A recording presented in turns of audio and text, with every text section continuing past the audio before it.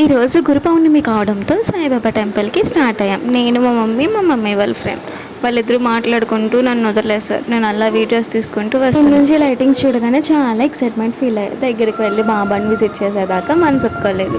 Finally బాబా టెంపుల్కి అయితే reach అయిపోయి, రండి నాతో పాటు లోపలికి, బాబాని చూపిస్తాను మీకు కూడా. ఇవాళ లక్షవారం పైగా గురు పౌర్ణమి కావడంతో టెంపుల్ చాలా కలకలమంటూ ఆడిపోతుంది. డెకరేషన్స్ అయితే చాలా బాగా చేశారు. లైటింగ్ ఎఫెక్ట్ కానీ, ఫ్లవర్స్ కానీ, ఇవన్నీ ఒరిజినల్ ఫ్లవర్స్, ఒక్కటి కూడా ప్లాస్టిక్ లేదు. ఫైనల్లీ బాబాని అయితే చూసాను. మనసులో ఉన్న కోరిక మీరు కూడా కోరుకోండి, తప్పకుండా తీరుతుంది. అలా సతగోపురం పెట్టేసుకొని బాబాకి నా మనసులో ఉన్న కోరిక చెప్పుకొని అలా చిన్ని బాబా వారి దగ్గరికి వచ్చేసాను. బాబా పడుకుంటే ఉయ్యాల ఊపి బాబాకి చూకొట్టాను. నా లైఫ్ కూడా ఇలా ఉయ్యాల ఊగుతున్నట్టుగా హాయిగా ఉండాలని బాబాకి చెప్పేసి వచ్చేసాను. బయటకు రాగానే ప్రసాదం పెడుతున్నారు. ఫస్ట్ ఇది చూసి పులిహార అనుకున్నాను.